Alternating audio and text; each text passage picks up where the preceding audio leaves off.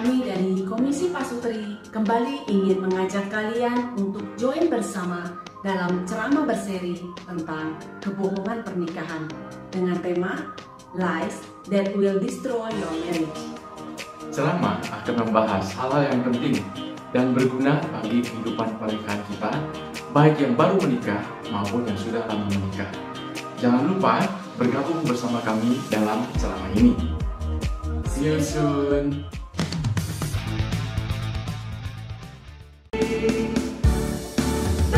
Bersyukurlah kepada Tuhan, sebab Dia baik, sebab Dia baik. Bawasannya untuk selamanya, kasih setianya, kasih setianya. Na na na na na na na na na.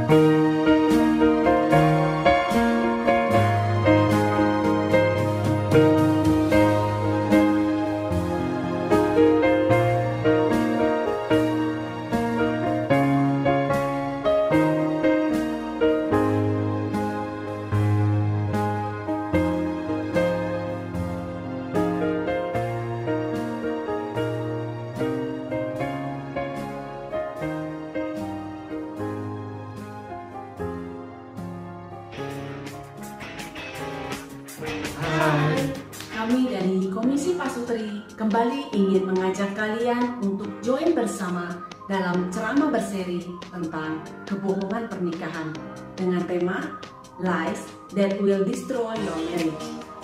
Ceramah akan membahas hal-hal yang penting dan berguna bagi kehidupan pernikahan kita, baik yang baru menikah maupun yang sudah lama menikah. Jangan lupa bergabung bersama kami dalam ceramah ini. See you soon!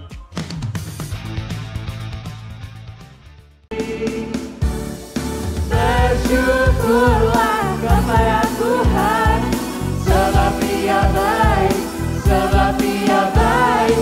Dawasannya untuk selamanya, kasih setianya, kasih setianya.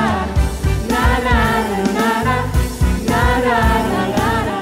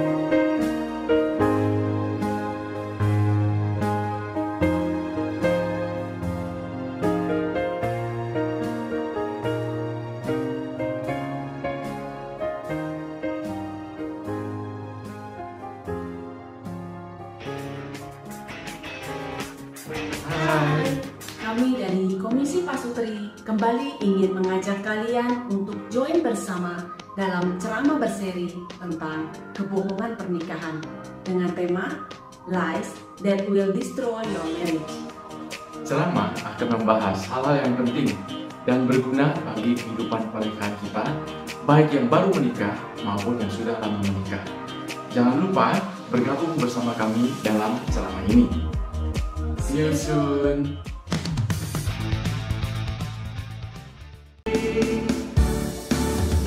Bersyukurlah kepada Tuhan, sebab Dia baik, sebab Dia baik. Bawasannya untuk selamanya, kasih setianya, kasih setianya. Na na na na na na na na na.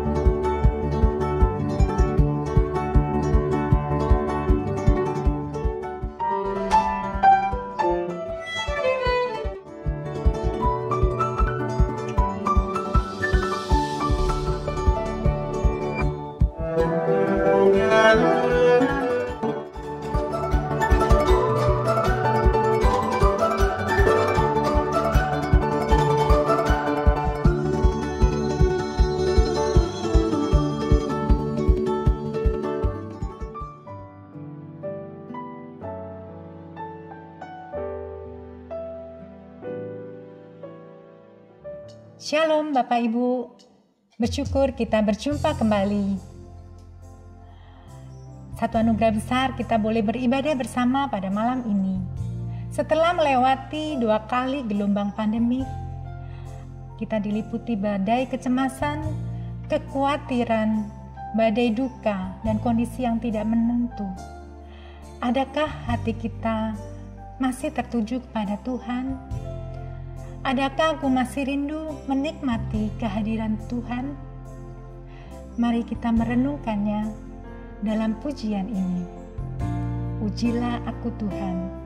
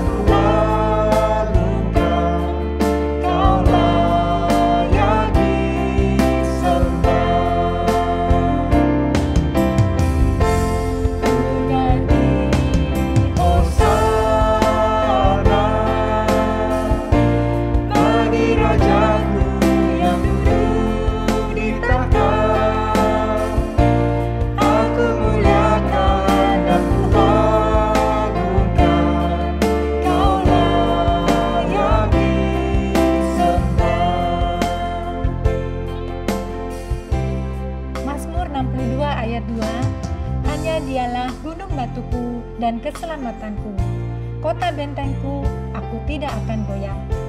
Apapun yang terjadi pada saat ini yang kita alami, biarlah kita terus menunjukkan hati kita untuk terus menyembah Tuhan. Kita naikkan bunyi Hosana. Bunyi Hosana.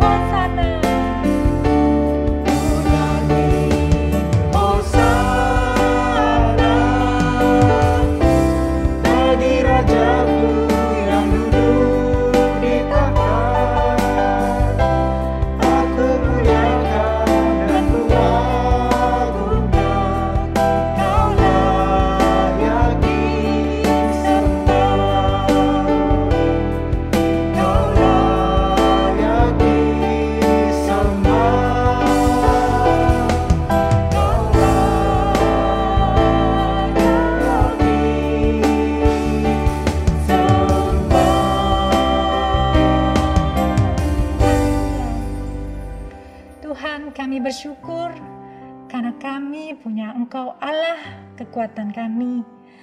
Terima kasih untuk pertolongan Tuhan kami melewati perjalanan di tengah pandemi ini sehingga kami boleh dekat pada Tuhan.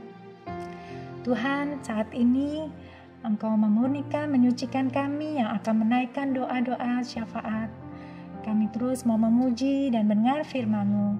Kiranya Tuhan memberkati kami dan Engkau yang bekerja dan berkarya di tengah kami. Dan biarlah nama-Mu terus dimuliakan. Dalam nama Yesus kami berdoa. Amin. Kita akan berdoa untuk pelayan di gereja kita. Yang pertama, bersyukur untuk Grace Family yang saat ini berjalan di gereja kita. Kita doakan untuk para fasilitator supaya Tuhan terus memperlengkapi mereka. Mari kita berdoa. Tuhan, kami bersyukur untuk Grace Family yang boleh ada di tengah gereja kami. Tuhan, Kau telah menempatkan para fasilitator. Kiranya Tuhan yang memberikan mereka semangat untuk terus melayani, mereka boleh terus diberikan semangat, giat bertekun dalam doa dan firman-Mu, sehingga mereka diperlengkapi untuk boleh memperhatikan para anggotanya, boleh bertumbuh bersama untuk terus menjadi serupa kepada-Mu ya Tuhan. Engkau yang berkati Grace Family di gereja ini. Dalam nama Tuhan Yesus kami berdoa. Yang kedua, doakan untuk tim paduan suara di GKI Kebayoran Baru. Ada paduan suara Sanctus, PS Mandarin, Fidelis, dan White Lily. Supaya Tuhan terus perlengkapi menjadi pelayanan dan berkat bagi jemaat. Mari kita berdoa. Tuhan, kami bersyukur Tuhan bahwa di tengah pandemi ini kami boleh terus jemaat-Mu melayani melalui paduan suara secara virtual. Tuhan, Engkau tahu ada keterbatasan, tapi Tuhan boleh berikan kesempatan kami jemaat-Mu, anak-anak-Mu melayani Tuhan, untuk memuji Tuhan dan terus boleh memuliakan Tuhan. Kiranya Tuhan berkati paduan suara ini Tuhan, dalam setiap latihan mereka, berikan kesetiaan dan komitmen untuk belajar berlatih bersama, dan juga para pelatih Tuhan berikan kesabaran dan juga hikmat di dalam mereka melatih kami semua untuk boleh melayani Tuhan, memuji Tuhan, sehingga suara dan lagu yang kami naikkan ini bukan untuk diri kami sendiri, tapi boleh menjadi berkat bagi jemaat dan boleh menyenangkan hati Tuhan. Terima kasih Tuhan, dalam nama-Mu kami berdoa. Yang ketiga, kita berdoa untuk semua guru sekolah minggu yang mengajar anak-anak, supaya diberikan pertumbuhan iman dan kesetiaan memperlengkapi diri untuk mendampingi anak-anak. Mari kita berdoa. Tuhan, kami juga berdoa untuk guru-guru sekolah minggu yang mereka dengan setia boleh terus melayani Tuhan, mendampingi anak-anak-Mu, belajar mengenal Tuhan dengan kurikulum yang baru. Mereka Tuhan persiapkan, Tuhan pakai mereka supaya mereka boleh menjadi teladan yang hidup dalam kehidupan mereka, di keluarga, juga bagi anak-anak ini. Supaya mereka juga Tuhan berikan kemampuan, kreativitas, dan berkat melalui pelayanan sekolah minggu. Terima kasih Tuhan, kami bersyukur dan berdoa. Amin. Selanjutnya kita berdoa untuk panitia Natal dan bidang ibadah yang mempersiapkan ibadah pada tahun ini, supaya mereka bisa menyiapkan acara yang sesuai dengan masa pandemik, dan ibadah ini boleh mengingatkan akan kasih Tuhan kepada kita semua. Mari kita berdoa. Tuhan, kami berdoa untuk Natal yang sebentar lagi akan kita rayakan, berdoa untuk panitia dan juga tim ibadah yang mempersiapkan untuk ibadah ini. Tuhan, Engkau berkati mereka, beri kesatuan hati dan juga kepekaan untuk mereka tahu apa yang Tuhan rencanakan dalam Natal ini, supaya Tuhan acara ini sungguh-sungguh boleh mengingatkan jemaat untuk kasih Tuhan, untuk mereka juga boleh membawa nama Tuhan. Injil Tuhan juga boleh dengar banyak jiwa yang belum percaya dan menerima keselamatan, sehingga acara ini sungguh-sungguh boleh menjadi berkat bagi jemaat dan untuk kami boleh bertumbuh. Terima kasih Tuhan, dalam nama Yesus kami berdoa. Amin. Tuhan kita bukan Allah yang memandang rupa. Tuhan kita bukan Allah yang memandang harta. Dia tulus menerima kita apa adanya. Dia mau memanggil kita sebagai pelayan Tuhan. Dia mau supaya hati kita merendah mengasihi Tuhan, punya hati hamba yang selalu mendekat menyembah pada Tuhan. Mari kita nyanyikan pujian ini.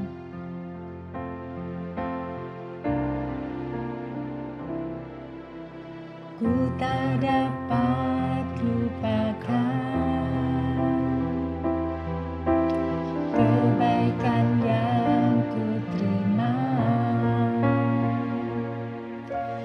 pengorbananmu yang mulia jadikan ku berharga. Kau tulus menerima aku apa adanya. Kekuatan kasih-Mu nyata memulihkan hidupku. Kau bukan Tuhan yang melihat rupa. Kau bukan Tuhan yang memandang harta. Hati hamba yang selalu Kau cari, biar Kau temukan di dalamku. Selama ku hidup, ku mau menyembah-Mu, sebab Engkau sangat berarti bagiku. Yang terbaik yang ada padaku, ku persembahkan kepadamu, Yesusku.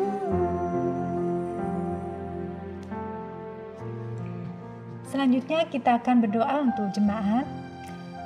Ada jemaat yang sedang sakit, ada yang dirawat di rumah sakit dan telah menjalani operasi. Kiranya Tuhan menolong pemulihan mereka. Mari kita bersama-sama berdoa. Tuhan, kami teringat untuk jemaat-Mu, saudara-saudara kami yang mereka dalam kelemahan tubuh, mereka dalam kondisi yang sakit ya Tuhan, mereka dalam perawatan yang masih berjalan maupun setelah operasi. Tuhan, Engkau yang menjamah dan menolong mereka supaya mereka tetap merasakan ada tangan Tuhan yang menyertai mereka, memberikan kekuatan mereka. Juga yang bergumul dengan pengobatan kanker ya Tuhan. Tuhan, tidak mudah untuk menjalaninya, tapi kami yakin Tuhan, Engkau tetap menolong supaya mereka terus dengan iman. Percaya Tuhan, ada kesembuhan dengan tangan Tuhan. Dengan bilur-bilur-Mu Tuhan, Engkau yang menguatkan dan memakai setiap perawatan, pengobatan yang harus dijalani. Berkati para dokter, obat-obatan, dan biarlah Tuhan itu boleh membawa mereka pemulihan dan kesembuhan. Dan biarlah hati mereka terus melekat hanya kepada Tuhan. Setiap hari mereka merasakan kekuatan baru yang daripada Tuhan. Terima kasih Tuhan. Dalam nama-Mu kami berdoa. Yang kedua, kita doakan untuk anak-anak jemaat yang sedang studi maupun bekerja di luar kota dan di luar negeri. Kiranya Tuhan memberkati mereka dengan kesehatan yang baik, dan kehidupan iman yang terus bertumbuh. Mari kita berdoa. Tuhan, kami berdoa juga untuk anak-anak dari jemaat kami yang saat ini ada di luar kota maupun di luar negeri untuk menempuh studi mereka dan juga untuk pekerjaan mereka. Tuhan, dalam keadaan yang mereka jauh, kiranya Tuhan melindungi mereka, menyertai mereka, berikan kesehatan yang baik Tuhan, supaya dijauhkan dari sakit penyakit penularan virus saat ini. Juga terutama Tuhan, mereka juga tetap merasakan ada Tuhan yang menyertai mereka di dalam penyesuaian mereka yang jauh dari keluarga. Biarlah mereka juga menemukan ada komunitas yang baik supaya mereka boleh tetap bertumbuh dan terus ada di jalan kebenaran Tuhan. Dalam nama Yesus kami berdoa. Selanjutnya kita doakan untuk 1-2 orang yang kita ingat mereka mungkin mengalami pergumulan. Mungkin mereka ada mengalami masalah dalam kehidupan mereka, relasi mereka dengan keluarga, atau mereka mengalami masalah dalam usaha, perekonomian mereka. Mari kita bersama mendoakan mereka. Tuhan, kami teringat di tengah-tengah situasi saat ini ada banyak hal yang terjadi ya Tuhan, yang dirasakan, yang digemukkan oleh jemaat-Mu. Mereka mengalami kesulitan dalam pekerjaan mereka, dalam usaha mereka. Mereka membutuhkan banyak hal ya Tuhan. Kiranya Tuhan yang mencukupkan dan membuka jalan supaya mereka juga boleh mengalami berkat Tuhan, kasih Tuhan. Juga mereka yang mungkin bergumul Tuhan dalam relasi keluarga ataupun hal lainnya dalam studi mungkin. Tuhan juga memberikan berkat-Mu ya Tuhan, Engkau yang memulihkan kehidupan kami. Terima kasih Tuhan. Saat ini mari kita boleh membawa pergumulan pribadi kita menyerahkannya pada Tuhan. Mari kita berdoa.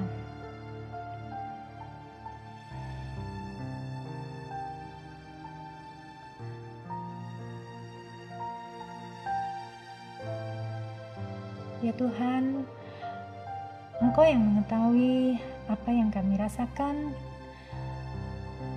apa yang kami hadapi saat ini. Tuhan, kami hanya berserah kepadamu ya Tuhan.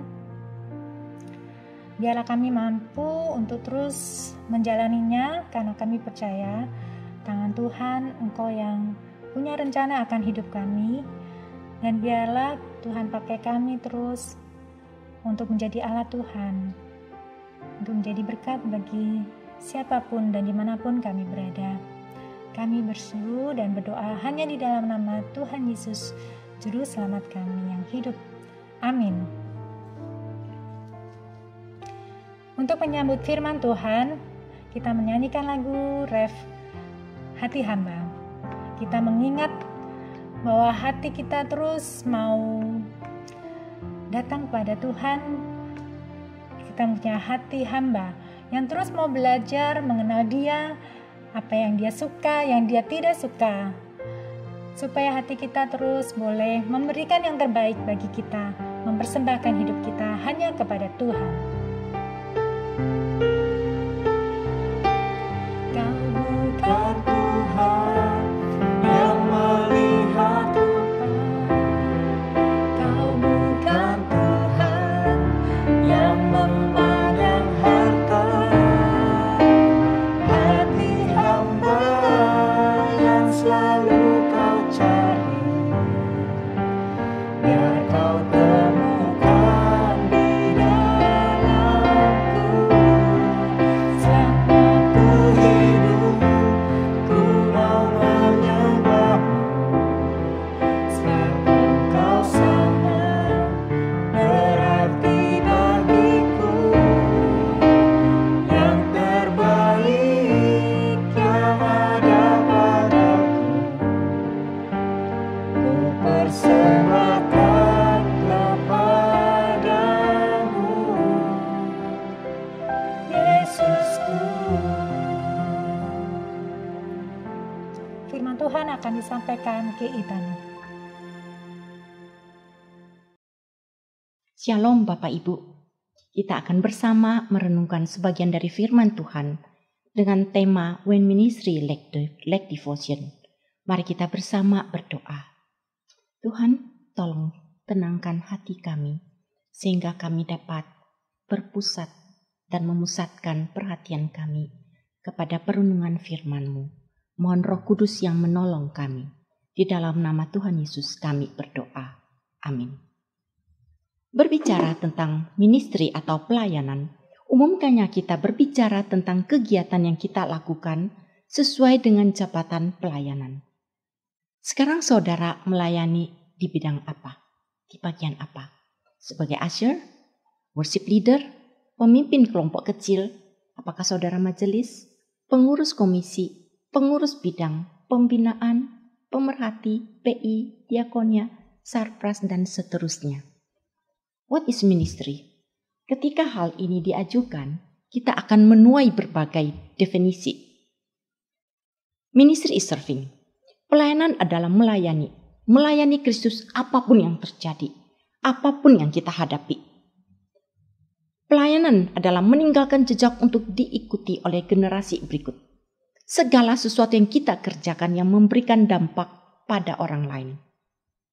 Pelayanan itu berarti bersedia bekerja habis-habisan agar orang lain dapat menikmati. Melakukan all out bagian dan tugas kita. Pelayanan adalah membawa orang lain mengenal Tuhan dan lebih dekat dengan Tuhan. Apakah yang menjadi definisi dan pengertian tentang ministry di dalam benak kita sehingga kita mau ikut serta di dalam pelayanan? Henry dan Richard Blackaby berkata bahwa Tuhan tidak sedang mencari pemimpin, paling tidak seperti yang kita pikirkan tentang seorang pemimpin. Ketika Tuhan mencari pemimpin, sesungguhnya Dia sedang mencari seorang pelayan. Tuhan mencari laki-laki dan wanita yang bersedia dibentuk menjadi pelayannya. Jadi bagaimana dengan pelayanan?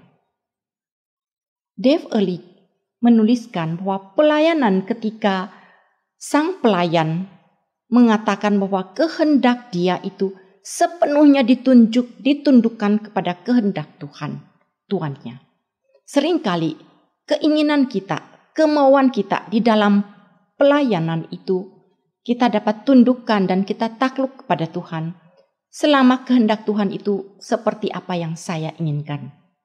Tetapi ketika keinginan atau kehendak Tuhan itu tidak seperti apa yang aku inginkan, maka lain cerita.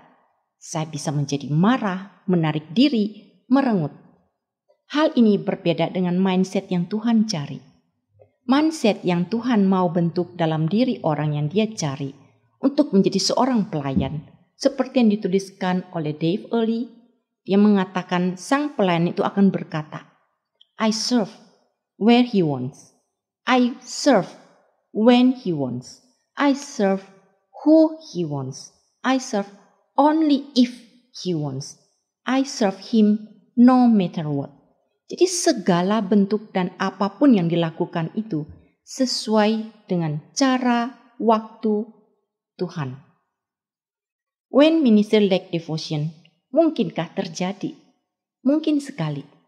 Gejalanya, kita bisa merasakan exhausted, kita merasakan kelelahan, kita bisa merasa depresi, kita bisa merasa burnout, jenuh, bosan, merasa tidak lagi layak melayani Tuhan, mau berhenti melayani Tuhan itu, keinginan itu sangat kuat untuk berhenti. Kita tidak lagi merasakan excited, mungkin karena gesekan atau kehilangan sukacita. Saudaraku, mengapa kita bisa berada di dalam kondisi seperti ini? Yang pertama mungkin karena kesibukan. Kita sibuk sekali dengan begitu banyak program yang harus kita lakukan. Kita sibuk sekali dengan begitu banyak orang yang membutuhkan pelayanan. Atau mungkin juga karena mindset yang salah. Seperti yang tadi sudah dikatakan oleh Dave Early. Dan yang ketiga, mungkin saja kita aktif melayani tetapi kita tidak memiliki relasi dengan Tuhan yang kita layani. Relasi pribadi dengan Tuhan itu tersumbat. No living communion with Christ. Kita akan melihat seorang tokoh di dalam Lukas 10 ayat 38-42. Mari kita baca bersama Lukas 10:38 sampai 42. Ketika Yesus dan murid-muridnya dalam perjalanan, tibalah ia di sebuah kampung. Seorang perempuan yang bernama Marta menerima dia di rumahnya. Perempuan itu mempunyai seorang saudara yang bernama Maria. Maria ini duduk dekat kaki Tuhan dan terus mendengarkan perkataannya. Sedang Marta sibuk sekali melayani. Ia mendekati Yesus dan berkata, "Tuhan, tidakkah engkau peduli bahwa saudaraku membiarkan aku melayani seorang diri? Suruhlah dia membantu aku." Tetapi Tuhan menjawabnya, "Marta, Marta, engkau khawatir dan menyusahkan diri dengan banyak perkara. Tetapi hanya satu saja yang perlu. Maria telah memilih bagian yang terbaik yang tidak akan diambil daripadanya." Perikop ini bukan perbandingan untuk menentukan yang mana yang lebih baik, tapi menunjukkan suatu keseimbangan yang perlu dimiliki oleh seorang pelayan. Di dalam panggilan pelayanan, ketika kita all out, ketika pelayanan menjadi suatu rutinitas, ada saatnya kita berada dalam kondisi seperti Marta. Kita bisa berada dalam kondisi burnout, exhausted, kelelahan, kejenuhan. Dan Tuhan Yesus berkata kepada Marta bahwa dia telah got distracted. Dia telah overly occupied. Fokus dia telah terganggu. Ini adalah satu kata yang menggambarkan orang yang terlalu busy, too busy. Sehingga loving relationship dia dengan Tuhan itu got distracted. Bukankah seorang pelayan bisa berada dalam kondisi seperti ini? Kita bisa memiliki tanggung jawab dalam pekerjaan di kantor, dalam usaha kita, dalam tanggung jawab untuk keluarga kita, dan bidang apapun dalam pelayanan di gereja kita ada di dalamnya. Ketika kita berada dalam kondisi seperti itu, bisa dikatakan kita too busy. Sehingga apa yang menjadi prioritas kita, yang mana yang mesti didahulukan itu sudah blur, menjadi kabur. Ada yang memberikan urutan. Wah, urutan itu harus pertama Tuhan, kemudian keluarga, kemudian diri sendiri dan orang lain. Urutan 2, 3, 4 itu bisa bergantian. Mungkin ada yang mengatakan diri sendiri dulu, kemudian orang lain, atau orang lain duluan daripada diri. Tetapi untuk urutan pertama, seringkali kita mengatakan Tuhan harus menjadi urutan pertama dalam prioritas hidup kita. Tetapi apakah Tuhan di urutan pertama itu benar-benar seperti apa yang Tuhan inginkan? Marta menaruh Tuhan di urutan pertama. Dia seorang yang skillful, memiliki hati yang baik, yang hangat, yang mengasihi Tuhan, yang setia, yang selalu plan ahead, yang sudah jauh-jauh hari menyiapkan segalanya. Namun dia kehilangan satu hal yang penting, yaitu persekutuan pribadi dia dengan Tuhan. Sekalipun kita menaruh Tuhan di urutan pertama, tapi apakah itu benar-benar seperti yang Tuhan kehendaki? Ini satu hal yang perlu kita renungkan bersama. Di dalam bukunya 10 prinsip untuk pelayanan, Warren Wiersbe menuliskan 10 prinsip yang baik sekali. Dikatakan bahwa dasar dari pelayanan adalah karakter, natur dari pelayanan adalah melayani, motivasi dari pelayanan adalah kasih, ukuran dari pelayanan adalah pengorbanan, dan kelima, otoritas dari pelayanan itu adalah ketaklukan kita pada Allah. Keenam, tujuan dari pelayanan adalah kemuliaan Allah. Perlengkapan pelayanan adalah firman Tuhan dan doa. Privilege dari pelayanan adalah pertumbuhan. Kuasa dari pelayanan adalah Roh Kudus, dan teladan dari pelayanan itu adalah Yesus Kristus. Pilihan prinsip di atas ini dibutuhkan oleh gereja, oleh setiap orang yang dikatakan sebagai sang pelayan. Ketika waktu terus berputar, perubahan terus terjadi. Kalau kita memiliki prinsip ini akan memberikan kestabilan dan perspektif yang tepat. Tema kita hari ini When Ministry Lack Devotion mengingatkan kita akan prinsip ketujuh, yaitu perlengkapan pelayanan yang seringkali kita lupakan, yaitu Word of God and Prayer. Pelayanan membuat kita terjebak di dalam kesibukan. Tuntutan dan kenyataan bahwa kita dibutuhkan orang membuat kita merasa tidak memiliki waktu untuk dapat solitude, menyediakan waktu untuk mengasah peralatan pelayanan kita. Tidak memiliki waktu lagi untuk datang menyediakan waktu berdua dengan Tuhan. Seperti yang Efesus 6:16-17 melukiskan bahwa peralatan pelayanan kita itu adalah pedang roh. Efesus 6:16-17, dalam segala keadaan pergunakanlah perisai iman, sebab dengan perisai itu kamu akan dapat memadamkan semua panah api dari si jahat, dan terimalah ketopong keselamatan dan pedang roh, yaitu firman Allah, dalam segala doa dan permohonan.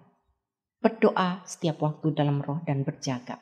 Jadi saudaraku, kita diberikan dan memiliki satu perlengkapan rohani yang tidak boleh kita tinggalkan, yang tidak boleh tidak diasah, yang harus selalu dipegang, yaitu pedang roh. Menjaga, memelihara, melindungi kita dari berbagai serangan, baik kehidupan pribadi kita maupun kehidupan pelayanan kita. Dan perlengkapan rohani itu adalah firman Tuhan dan doa. Ini adalah satu paket. Tidak boleh mementingkan firman Tuhan tanpa doa, atau doa tanpa firman Tuhan, khususnya terhadap hal kesibukan. Kita tidak bisa pilih salah satu. Satu paket ini intinya adalah persekutuan dengan Tuhan. Dalam kisah Marta dan Maria, satu saja yang perlu yang Tuhan katakan. Engkau membutuhkan satu hal, yaitu loving relationship, persekutuan dengan Tuhan. Itu sangat penting, lebih dari aktivitas rohani apapun. Tapi itu adalah hal yang bisa jujur dikatakan sulit untuk dipegang. Tapi kita dituntut untuk memiliki hal itu. Yang kedua, persekutuan dengan Tuhan itu adalah best choice kita.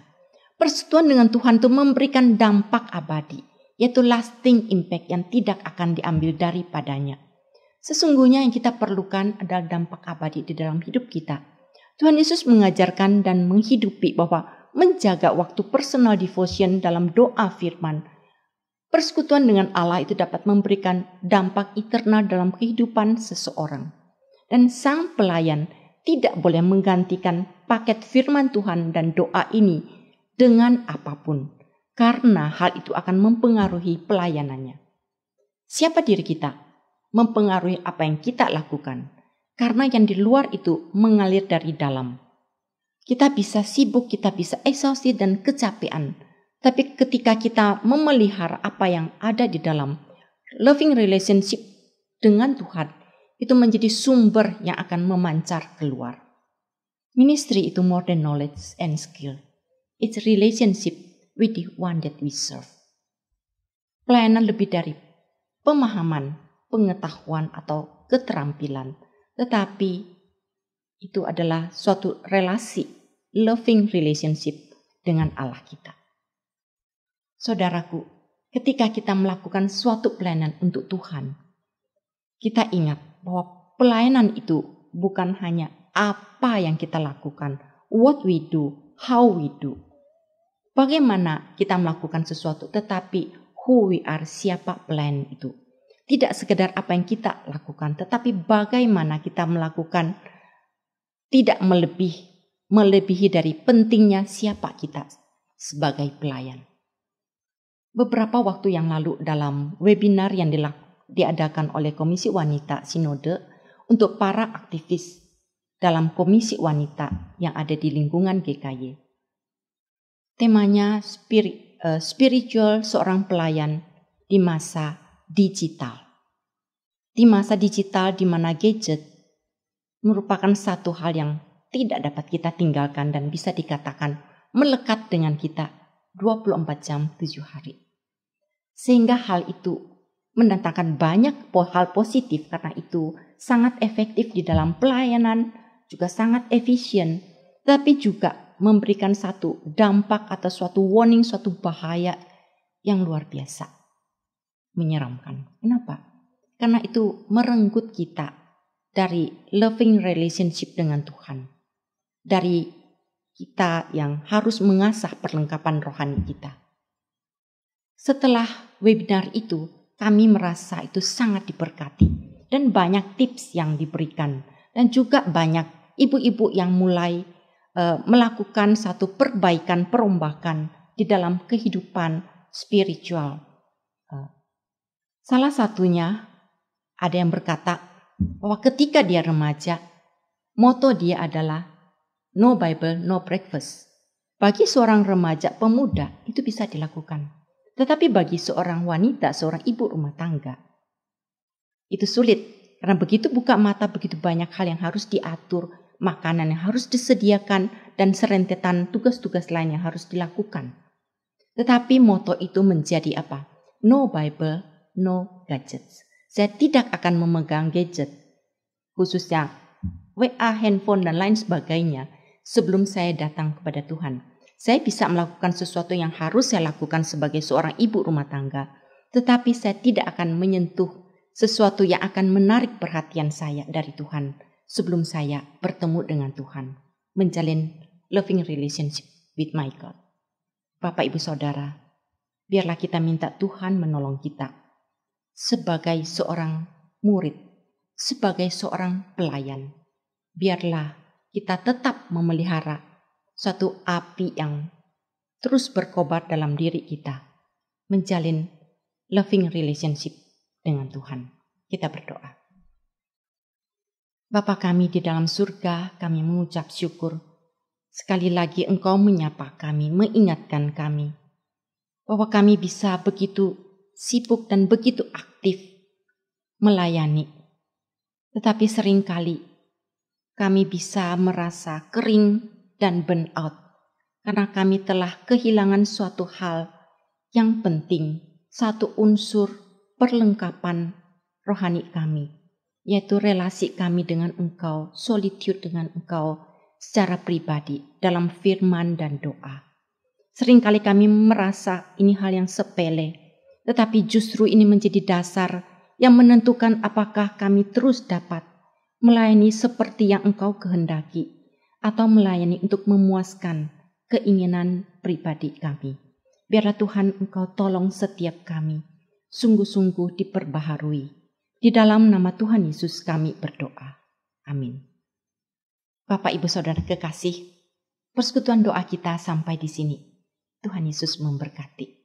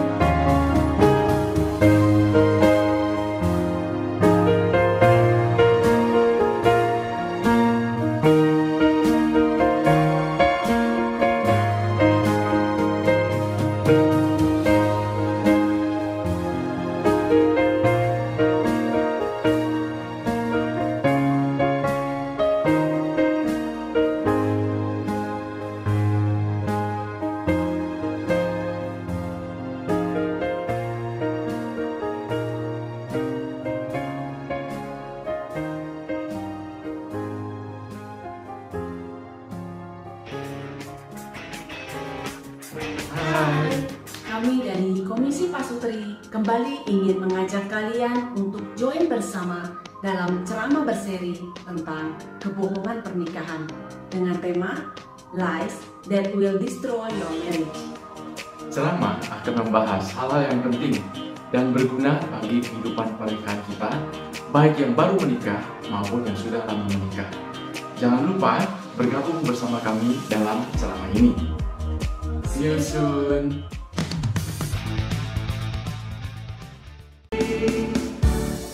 Bersyukurlah